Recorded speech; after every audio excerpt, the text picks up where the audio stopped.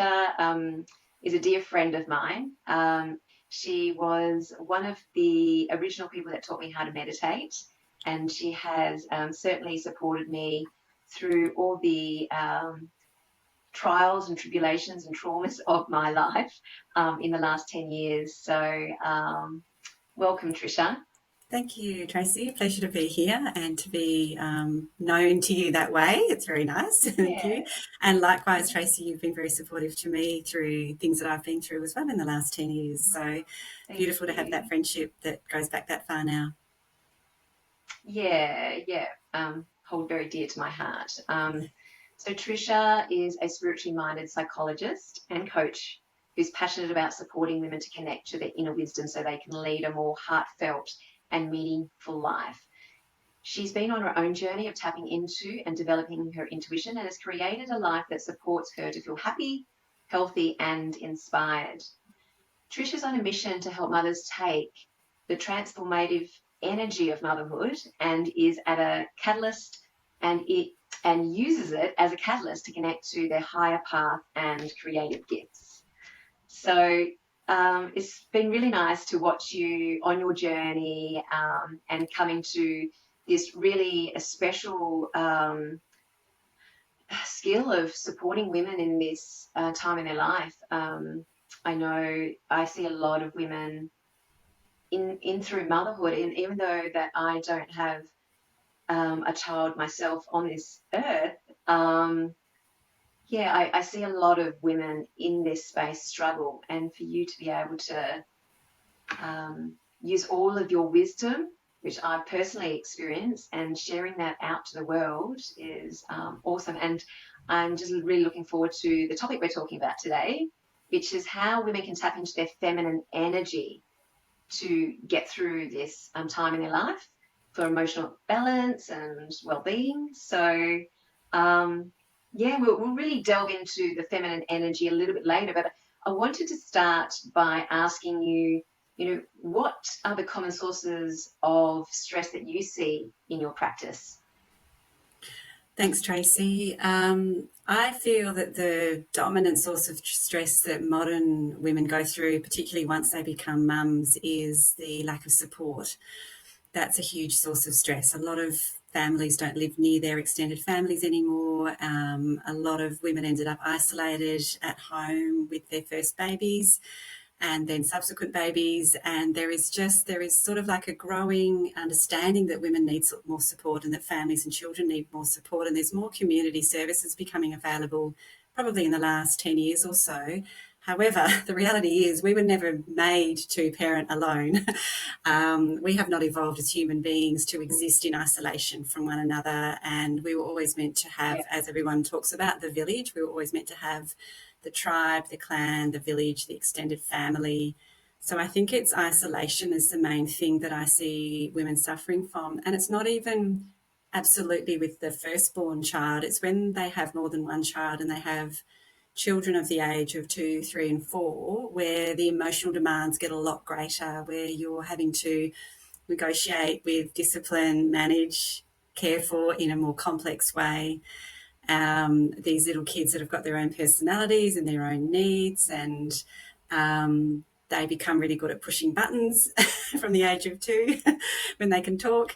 And that's when we really want to be able to hand that child on to another caring adult and have some space. And mums just don't get space. So if women go back to work at an early stage, so within the first 12 months, that ends up being their respite in lots of ways.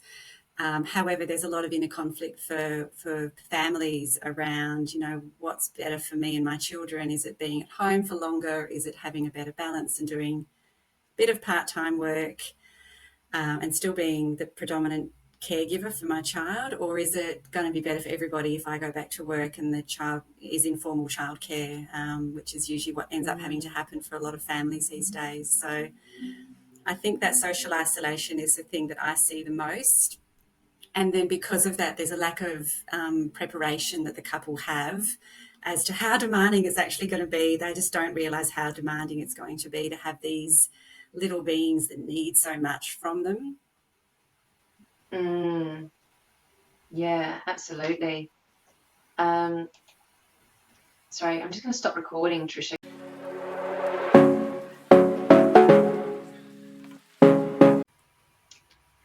So I think one thing that really shows up for me is that when, you've had your child and, there's just so much going on for you as a mother, your new identity, who are you as a mother, your relationship changes with your partner. So there's just so many stresses and so many things to take on, to get your head around and to bring back into your life. What do you have to say about that? Yeah, I think the identity shift is a really big part of what women can't prepare for, particularly if you have children over the age of 30, as a lot of women do these days. They're not having kids in their early 20s as much anymore. You've had a good 10 years of developing yourself as a person, and you've had a career, and you might have travelled, and you've had experience in relationships, and you've sort of created an identity around often having a career or being a worker of some sort. And the contrast of then starting the motherhood journey is pretty intense, and particularly if women experience any trauma with their birth, or any difficulties with baby's health in the first few weeks and months, and that can really destabilize a person with, who am I? How do I respond to these sorts of challenges? Because they haven't had experience with those types of challenges.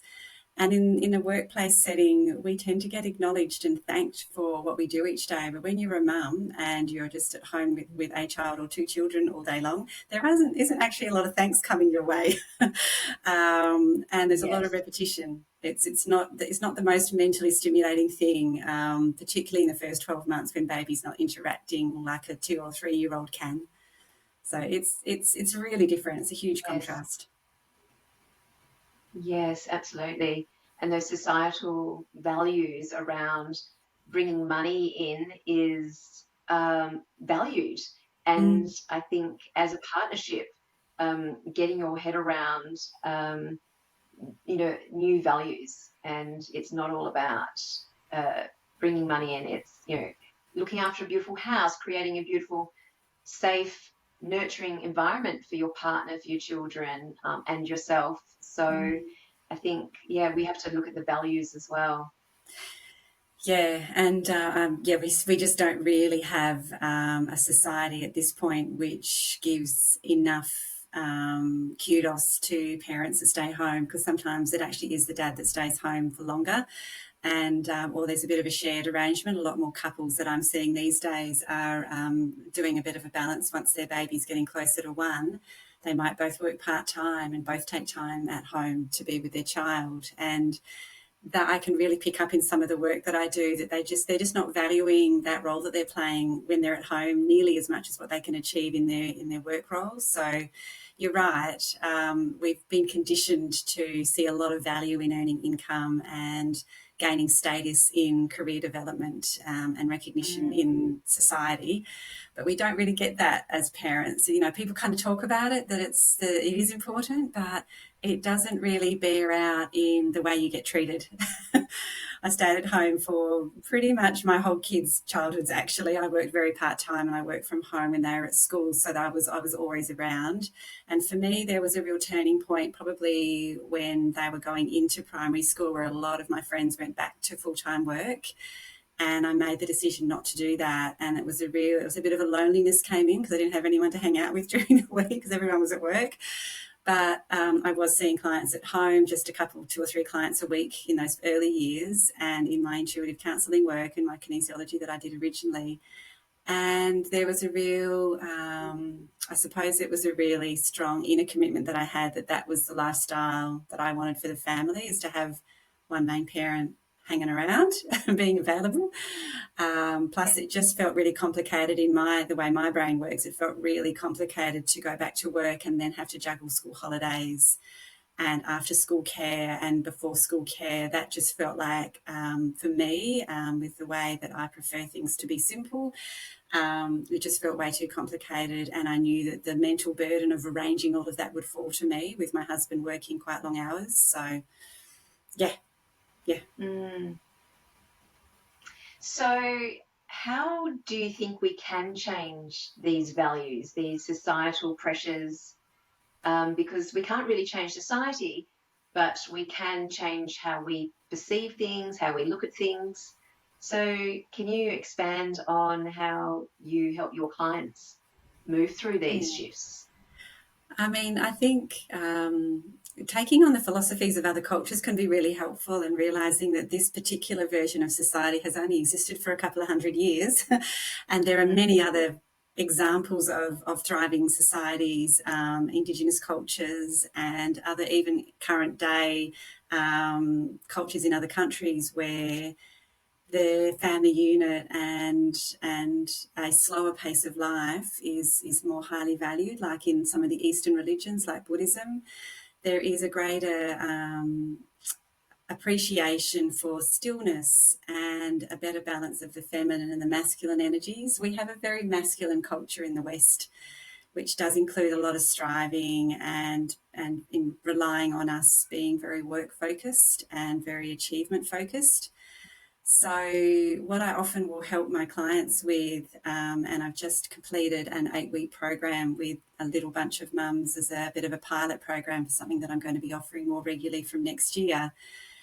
And this program was very much about aligning women with their inner wisdom, which I see as actually the feminine wisdom that we have. And no matter what gender we identify as, we all have feminine energy or feminine wisdom that we can tap into. And it needs to be balanced because we've all been conditioned to really access and live from our masculine energy very strongly in the culture that we have in Western countries. So I think it's good for people to hear that there are other ways of perceiving life, and that they can make really conscious choices about things like really practical things, like how big does my mortgage have to be for me to have a house that I'm okay to live in, compared with what am I going to have to do to service that mortgage. And I know this is a really, really touchy subject at the moment because housing prices have gone through the roof in the last few years, and rental prices have gone through the roof as well. So it's not like there's any quick fix in this. If we could all go back and turn the clock back and have lower housing prices, we wouldn't have such hard decisions to make around financial commitments. But people do this. People actually say, I'm going to buy a really small house in an okay suburb so I can have less debt, or I'm going to rent something that's a lot smaller than what I would ideally like so that we can have less employment required for the two of us in the family to support that lifestyle. So there's practical things we can look at with how we set decisions that have a really long-term effect on what we have to do to survive day to day. But it's also about a mindset of what makes you happy, like deciding on and choosing what actually makes you happy. And for a lot of people, it's not the things that cost money that make us happy.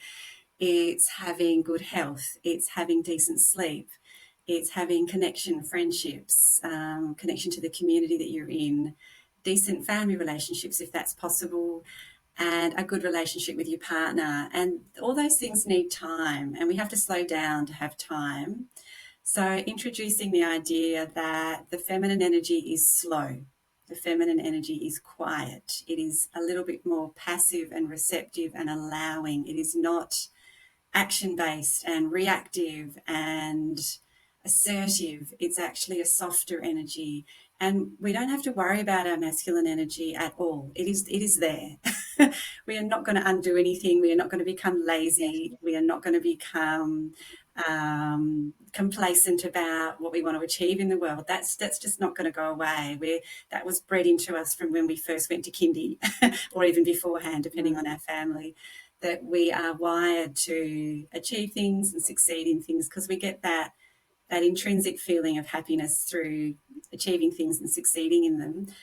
What we have to work harder at is the slowing down. And what we get from the slowing down is the capacity to listen to in here, that feminine energy that's actually in here, not in here.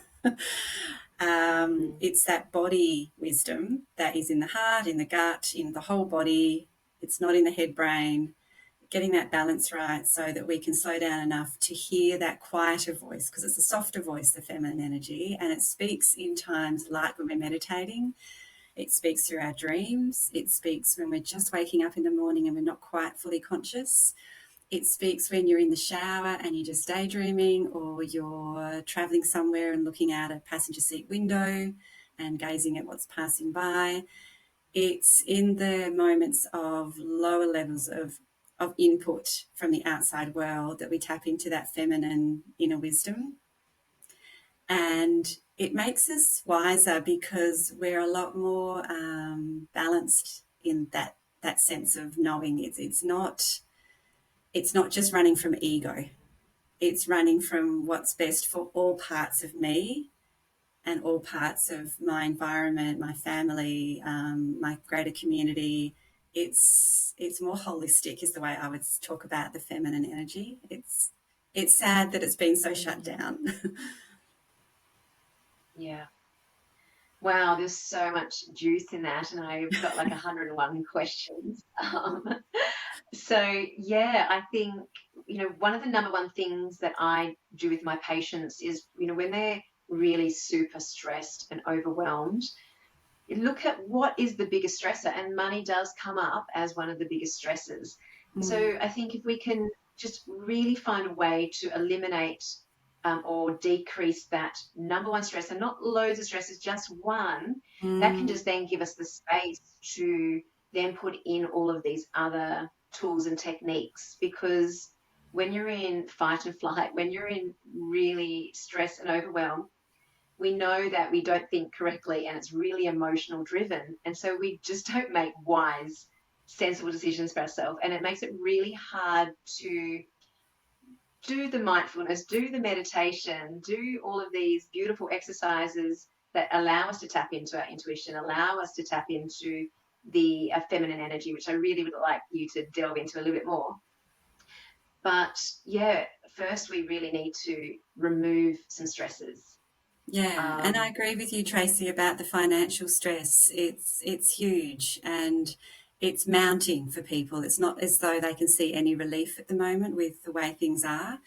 And I think that if earning money and having to work harder and longer hours is a really big driver in people's families, it's only going to keep eroding their well-being, isn't it? It's not going to support them. And sometimes, yes. what we both probably do is we help people to check in with their values. Like, what are your values? Because you might be living out some values that you've inherited from your upbringing around, people in our sort of a family have this sort of a house that looks a certain way or has a certain size, it's in a certain suburb. And that might not be making you happy. It might be eroding your stress because you're sort of feeling like you're drowning under the financial pressure of maintaining that. And sometimes we have to throw it all away. I mean, a part of my story is that when my husband and I were 40 going on 41, he left a corporate job. We sold our house with a big mortgage and we moved down south at a time, fortunately for us, where properties down south weren't as highly priced as what they are now. But we managed to sort of set our lifestyle up with a much lower income because we had vastly decreased debt, and we were realistic about what we could buy to have the lifestyle we wanted. So we had a smaller house. We didn't have a big house. We've never had big houses, but we had a nice suburb. We were living in South Fremantle, so we had a decent mortgage. And quitting that mortgage gave us so much freedom in our early 40s. And there are still places people can move. There are still suburbs people can move to that just take that edge off, that allow them to come up for air and say, well, okay, so now if I have more choice about how I work, how I earn, what do I really want to do? And we moved down south with two primary school age kids. We wanted our kids to not have stressed parents as well. So it's also looking at what kind of family conditions you want your kids to be exposed to and Yeah. how they're going to thrive. Because I think you can see it as well as I can in the different roles we have, that there are a lot of kids ending up with mental health challenges and physical health challenges because of just the level of stress that Mm. families are under. And I'm not blaming anybody for their mortgage. All I'm saying is that we can, if we take some risks sometimes, some temporary risks, we can be creative and say, look, this just isn't working. Let's think outside the box and live our lives differently. And we did see actually a lot of that occurring during COVID, where there were a number of down south families that I didn't know very closely, but I did come across their stories. They sold their houses and bought caravans and camper vans and went travelling in a time where it was hard to do any other travelling overseas. They made big decisions and quit jobs and quit mortgages and mix things up a bit, and then it's gone on to change their lives permanently, and they now live differently because of those big, slightly risky decisions that they originally made. So yeah, the financial stuff is huge at the moment. And I think when you know your values, you can keep coming back to those values, and that is like a guiding light to decision making. And when Mm, you have someone that can help you, I think professional help when you are feeling stuck and overwhelmed is essential. mm, That they can help you guide you to your values, but actually knowing what they are is essential. You know, it's been a part of my own inner work is to understand my values. And at first, it was really not that clear. mm, So with guidance, I got clear on my decision, on my values, and then every decision you make forward, that is the support for your decision making process, alongside, you know, intuition and that inner wisdom. So let's talk a little bit more about your intuition, that mm. inner wisdom, because that's something that you have spent a lot of time developing, and you use it beautifully in your profession as well. Yeah, so for me, the catalyst for me realizing that I couldn't do everything from my head and continue as a perfectionist control freak in my life, operating from the masculine sort of head brain, was the birth of my first child, which was a difficult birth and shook me up a lot. And I guess made me realize I didn't have any control. I thought I had some control over my life until that happened. And then through the recovery of that birth and then having my second child, I started leaning more into the interests that I'd had since I was in my early 20s, which was yoga and meditation. And just to cope with the stress of having two children that were born within 2 years of each other, I began meditating and made myself meditate for 30 minutes a day when they were both asleep in the afternoon. And that was the beginning of me discovering that I had this calmer place. That was all it started with. It's like, oh, there's this calmer place when I meditate and I take my attention into my body. And I think I'd done a Buddhist meditation course 10 years earlier in my mid-20s, and I called upon that in my mid-30s to go, what do I need to do? And I remember just being instructed to sit. And I just sat in silence, and it was really hard and my brain was going really fast, and I didn't do it well, but I did get the benefits. Even though I didn't feel like I was any good at meditating in my mid-30s, I would still get up feeling a little bit calmer, had a little bit more patience with children, had a little bit more patience with myself, kindness towards myself, and that's what made me keep going. Then I studied kinesiology, and that kind of brought together the understanding that there was this knowing that could come through our bodies through things like using the muscle testing technique in kinesiology. And then just beginning to hear, when I was working with kinesiology clients, beginning to hear messages like they were sort of not from me. I knew they weren't me. So I guess recognizing that we're all channels, that we're all the receivers of information that's not in our brain, that's not in our personality, that's not a part of this person that's here physically, but that we can tap into a greater wisdom. So for me, it was very much through the way that my intuition works is a knowing drops in. I sometimes get little visions, but I'm not especially visual with my intuition. But it definitely came from meditation as a discipline and de-stressing myself. So having regular exercise, eating okay, doing things like yoga, dancing, getting enough social support, having friends, having family, having a relationship with my partner that was supportive. You need kind of all of it to give yourself permission to listen. So the way that it then works for me now, and this is, 16, 17 years ago that I began the journey, so it's been a very gradual process, and it took me a really long time to trust what I was receiving. So I had a few years there where I would still use muscle testing to check what I was getting, and I would still do a little finger on thumb muscle test and test the circuit as a yes and a no to find out if I was getting it right. And then eventually the sense that I started receiving was, you're not supposed to do that anymore, you just know. And so I would just listen in here. And so for me, it's helping women, it's giving themselves permission to, first of all, just slow down enough to pause for a second and check in.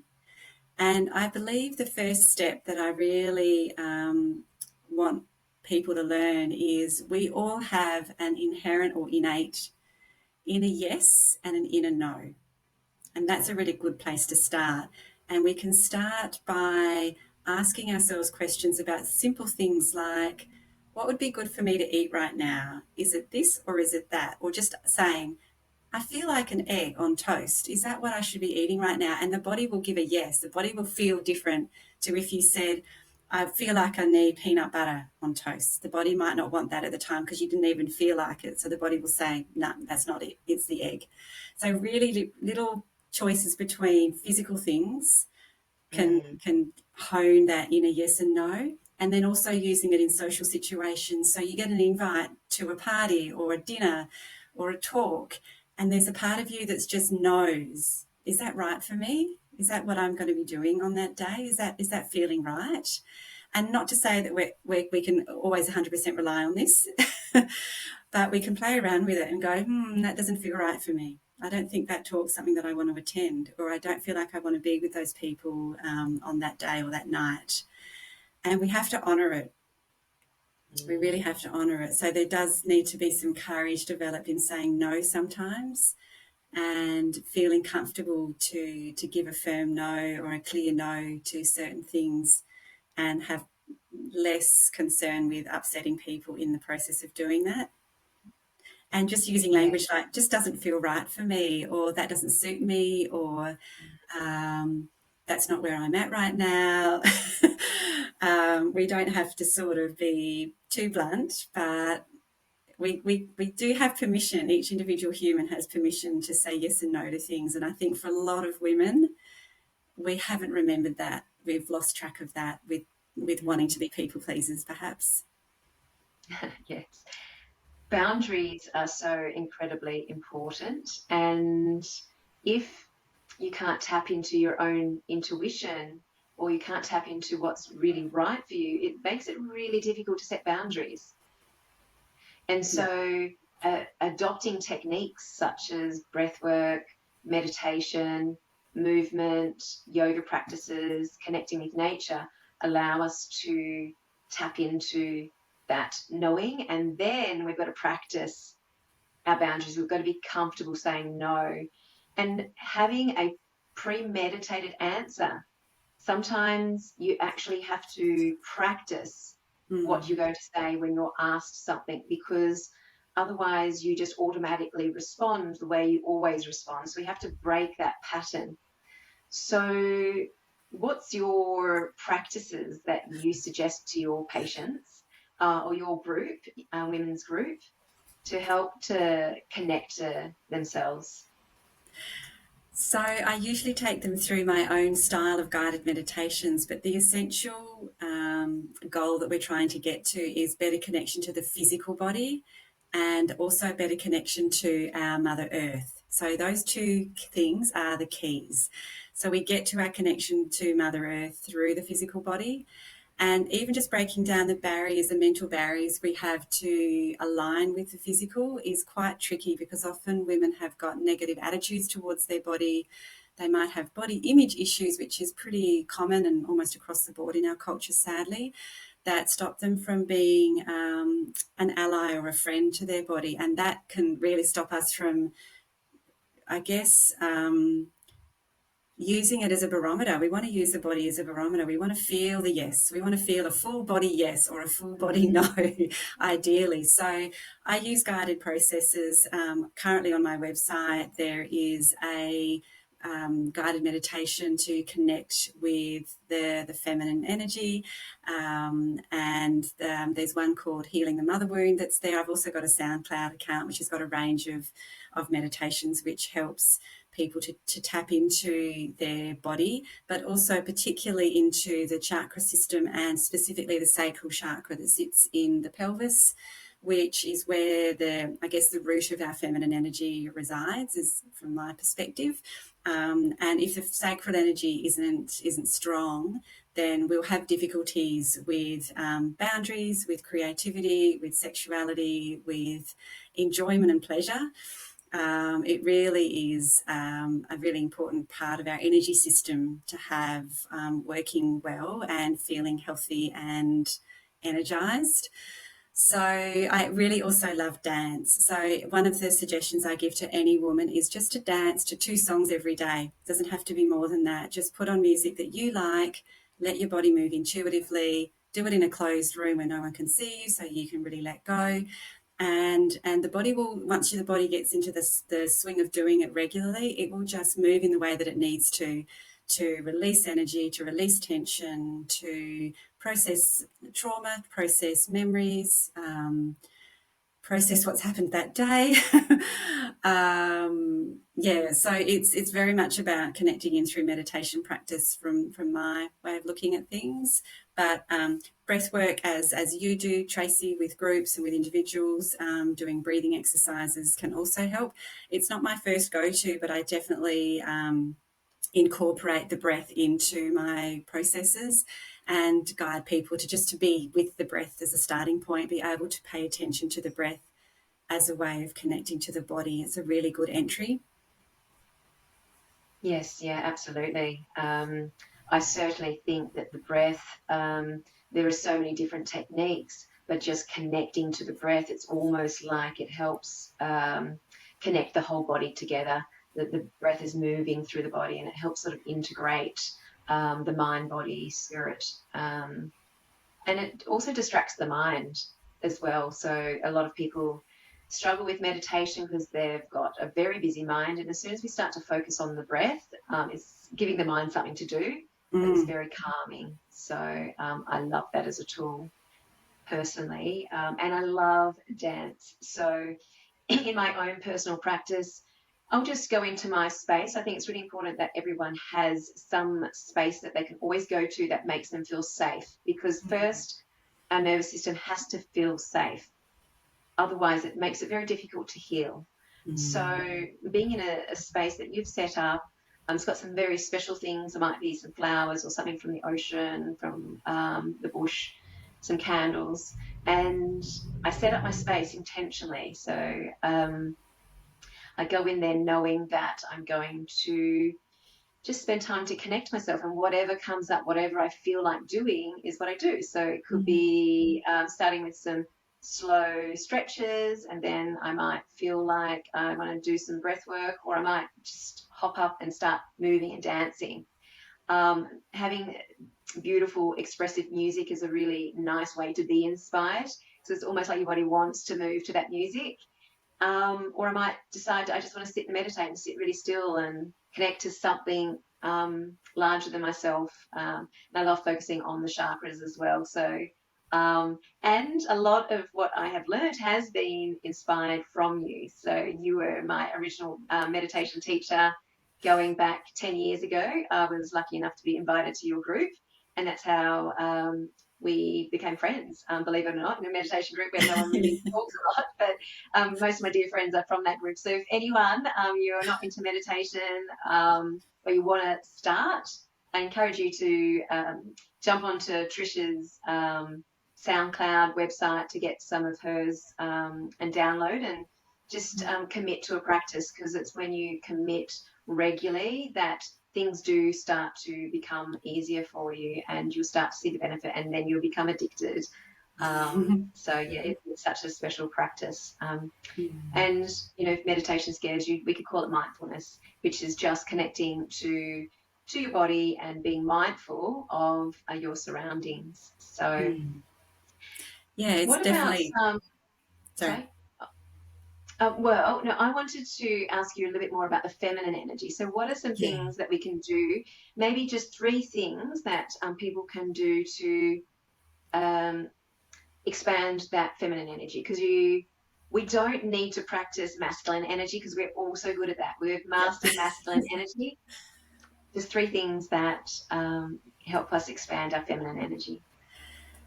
Definitely creative expression of any sort. So anything that is artistic, like drawing or painting, clay work, knitting, crocheting, anything with your hands is embodying the feminine. That is, I think it's important to have, and for me it's writing. Actually, it's not even something, it's not even an art or a craft, it's writing for me. So something that comes out of you. So it could be journaling, it could be it could be just doodling in a journal book. It doesn't have to be written. It could just be drawing, sketching, putting colour down on paper. Even just colouring in mandalas or other colouring in books is a feminine thing to do because it brings us into the present moment. So that would be one thing. Definitely creative expression will help the sacral energy. The sacral energy in the pelvis is very much about the creative energy that we have. So finding space in your life to be creative. It could also be cooking. It could be floristry. It could be taking photographs of nature. It doesn't have to look like you're an artist. I always try and emphasize that to people. You don't have to, because a lot of women say, I'm not creative. And I say, that's not true. We're all creative beings. We just have to find our little avenues to do that. So definitely have a creative expression of some sort that you tap into regularly. That's easy to do and it doesn't feel like a chore. The second thing would be connect to Mother Earth by putting your bare feet on the ground every day. So actually having a practice that doesn't have to be more than a couple of minutes, but having an intentional practice perhaps in the morning where you go outside at some point and you have your bare feet on the grass or on the dirt and you just say to Mother Earth, hi, good morning, and align your energy with Mother Earth energy because she is inherently feminine and she gives us a lot of strength. And when you put your bare feet on the ground, you're doing a lot of good stuff for your nervous system. You're grounding your energy from a physical energy perspective, but you're also creating a really beautiful spiritual connection to Mother Earth energy. And I'm often saying to women, we can rely on that energy. We can actually talk to that energy and say, please help me, please support me, or please take something from me that I don't want to have in my system anymore. We can align with it, we can speak with it, we can thank it, and we will feel safer and more secure and more confident in ourselves when we do that regularly. So I would say that is just such a simple thing to do. You only have to stand on the ground for 1 or 2 minutes to get that energy flow. And I often do it when I'm walking my dog. I'll just take my little groovy sandals off that I wear and I'll just walk along a couple of lawns while we're walking. Walking on the beach is great too. However, because the sand is silica, it doesn't sort of ground us in the same way. Because silica gets made into glass, it sort of can magnify as well. So we want to get that balance of, yeah, walking on the beach is wonderful, but also being on some other types of earth where there's lawn or there's other types of soil is also a good thing to do as well, and to get that energy going further down rather than having it reflected back up at us through the silica sand. Sorry, that's a bit sciencey, but I've just been told that a few times by a particular healer and it seems to make sense to me. Oh, yes. And the third thing would be to connect with our feminine energy is to speak really kindly to our own bodies, to be really kind and soft to our own body. Learn some nice, nurturing, soft, kind language to your body because most women have some negative scripts in their minds that they direct towards their body, either particular parts of the body or the body in general. So if you want to be more connected to your feminine, you need to cultivate acceptance of this physical body that you have. Love it for how it is today. Don't say, I'll love it when I do this, that, or the other. Love it today. And love it not because of how it looks, love it because you are in it. And we don't even have to love how it functions because sometimes they don't function that well either, depending on what stage of life we're at or what we've been through in illnesses and injuries and things like that. We just love it because it's our vessel, for better or worse. I've got some neck pain right now that I'm navigating. I've got a sore knee at the moment. I'm just like, oh, well, I work around it. I've been fortunate and blessed enough to have really good health most of my life so far. And I know that that's a fact. So I just love the vehicle as best I can. And it's from the loving of the physical vehicle that we make better choices. That's where the better choices start. It's not that the better choices make us love the body more. Loving the body more is the foundation for making the choices that we want to be making around movement and eating and substances and anything else.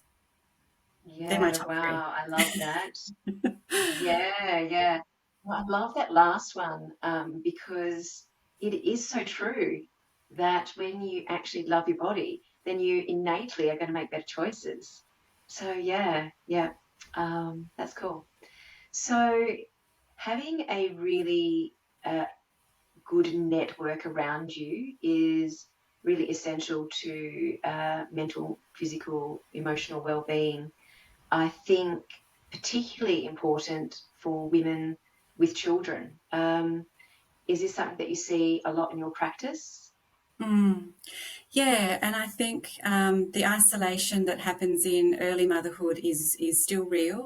There are mothers groups, obviously. There are little programs, courses, informal groups, groups that get formed on Facebook these days that are very specific to specific types of women, different from different areas or from different interest groups. So there's a lot of ways we can connect these days. However, I still feel like a lot of mums end up on their own in the house for sleep times, particularly in that first 2 years of parenting. And so making an effort to make friends, make new friends often is what has to happen when women leave the workforce and stay home with kids for the first time. No, they don't always have a friend who's got a child at the same stage or same age as what they have. So being willing to make new friends, being willing to be authentic with each other as well, because one of the issues that I come across is that women feel cut off from each other because everyone's pretending that everything's great and easy. And for some women, that may be true, but I think for the majority of women, there are struggles that they're all suffering from that they may not feel confident or comfortable in sharing with one another. So having the courage to be that first person, because sometimes one person just has to start the authenticity. One person just has to Yeah, say, you know what, I'm actually feeling effing exhausted. um, could someone please have my child for 1 hour while I go grocery shopping? Like actually asking for help, and then repaying that help. Drop your child off to them for that 1 hour, and then offer the help back to them. And women need to, I guess, that developing that sisterhood is really important. And I think it's again a part of our masculine culture is that women have often been encouraged to compete against one another in workplaces, in their professions. And so we don't always have trust. We haven't always experienced really positive fellow female friendships. And a lot of women have got a history of being betrayed by a friend, being let down by a friend at some point. So to be that person, I always say maybe you just need to be that person that shows up in that authentic way that says that I'm actually struggling a little bit this week and could someone help me? So I think authenticity is a really important part of networks these days. mm, It's getting better, I think, because we're talking more about mental health challenges, issues like postnatal depression, which is actually slowly going to be changing, hopefully, into the term perinatal depression because it can happen even before conception or during pregnancy. It's not always post baby being born, and it can go on for years for some women. So thankfully, there's a lot more knowledge about the downsides or the risks involved in having kids for people. So we're a little bit more literate. But yeah, having friends and feeling confident to actually reach out and do practical things for each other is really vital. yes. And I think if someone sees themselves as withdrawing, that is certainly an alarm bell, Mm, a little warning, like going off saying, okay, some inner reflection. Am I okay? mm, Do I need some professional support? Because, yeah, withdrawing is a sign of depression. So, mm, yeah, I think it's really obvious now, in the science, that having community, people that have a better support network do better mentally and Mm. emotionally. So, um, Yep. And for yeah, I some think, people, that might just be two other women. It might not be 10 other women. We're all wired differently when it comes to our amount of social capacity, particularly when we're tired. And so it might just be one or two. It doesn't have to feel like, oh my God, I have to collect this yeah. big friendship group, because you might not be into friendship groups. You might just need one or two people Mm. who are And I your think, peers at the time. yeah, and I think the mothers groups can be very overwhelming. There's quite a few mothers there. There's a lot of stimulation. And if you're Mm. tired and overwhelmed, it's not going to feel like a nurturing, supporting space for you that it Mm-mm. should be. Not And there can always. be a Yep. fair bit of comparison going on there as well. If you're not doing Mm. well and you see someone else doing well, Mm. it can make you feel not so well.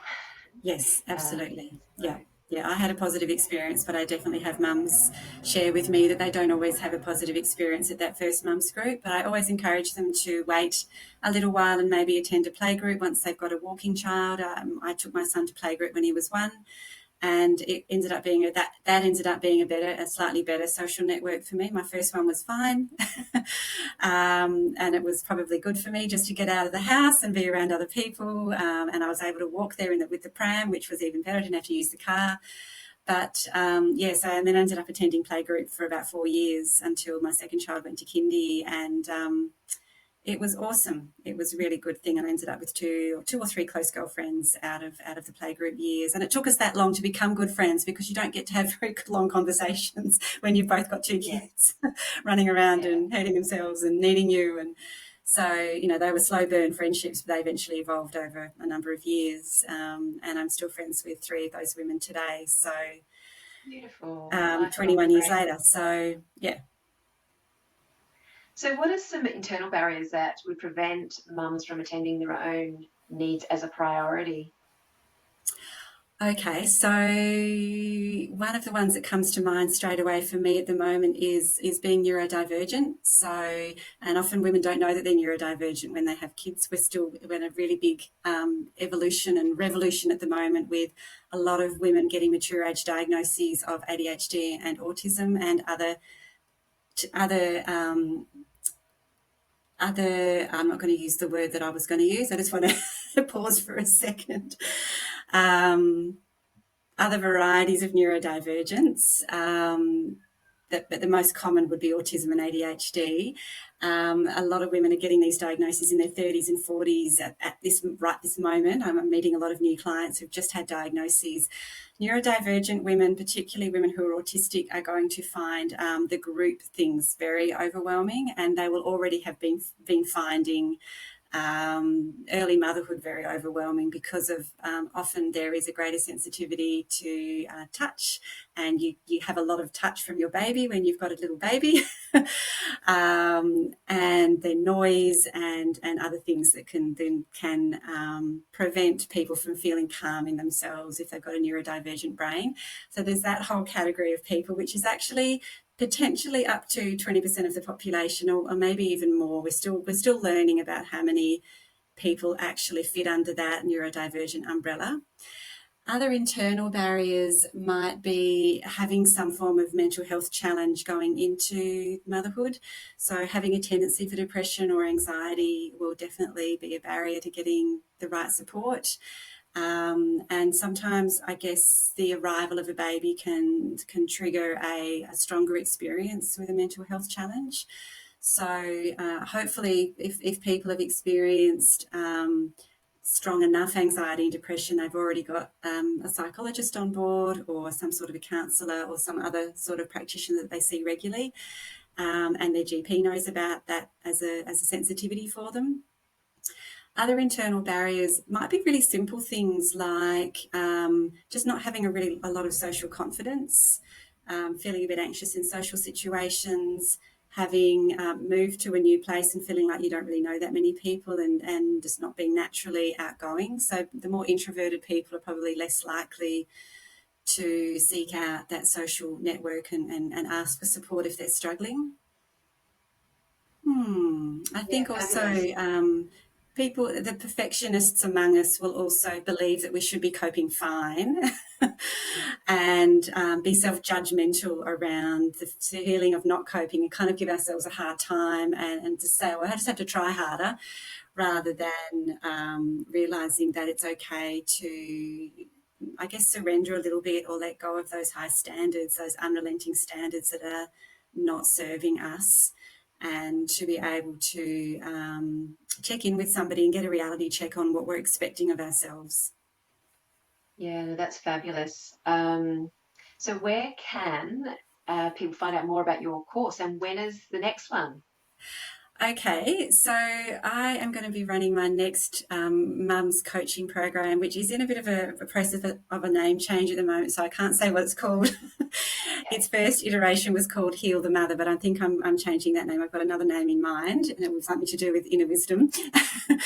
It will be starting again in February, and I'll be putting a lot of stuff up on social media. From January, beginning of January, there'll be a fair bit of information available for people to click through to my website to have a read about the program. There'll be a page dedicated to it in my website so people can read all about it, see if it feels like it's a good fit for them.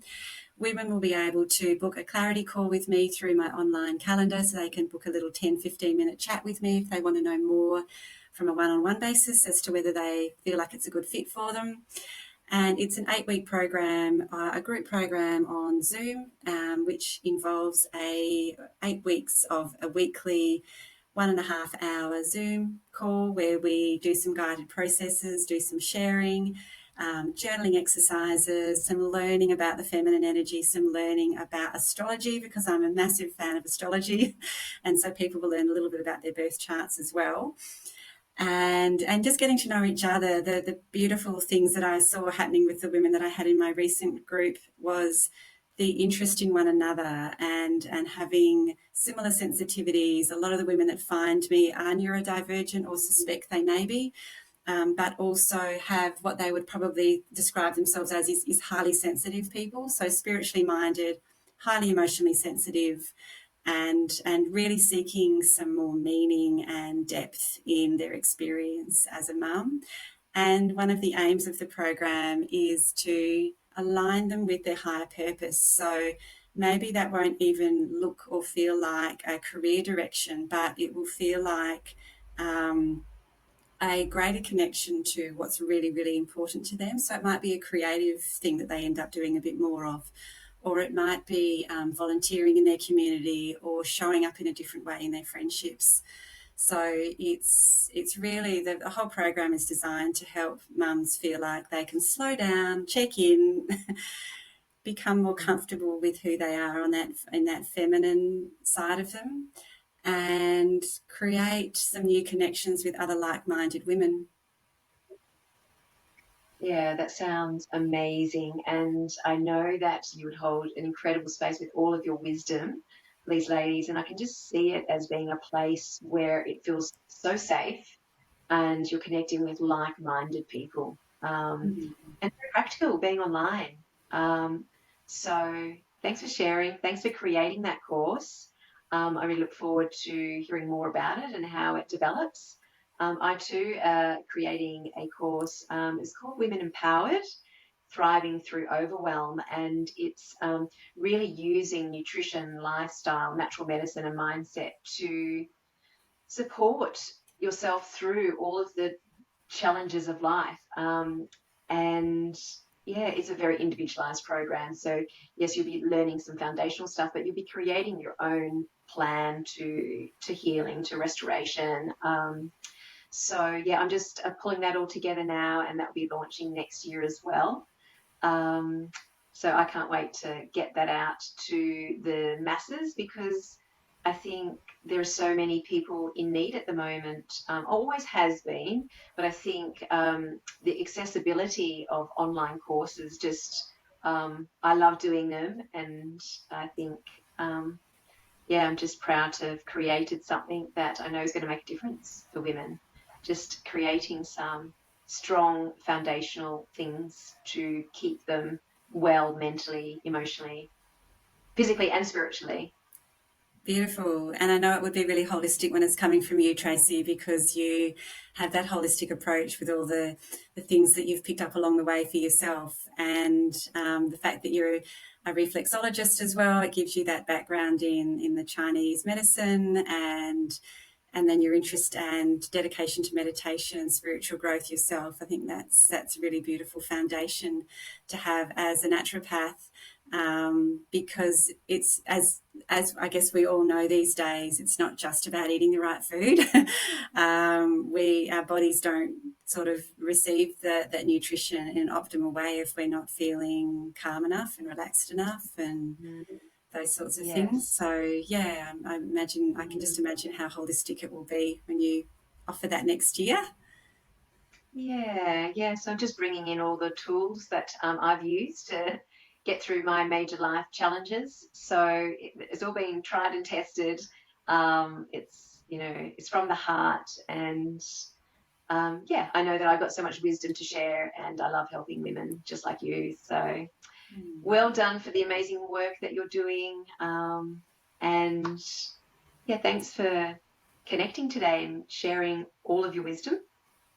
Thank you, Tracey. Thanks for the opportunity. And likewise to you, thank you for everything that you do and the way that you keep on showing up bravely and courageously and generously with the things that you offer out into the world. I think that there's going to be a lot of people benefiting from your upcoming Yeah. offers. So, yeah, so fun.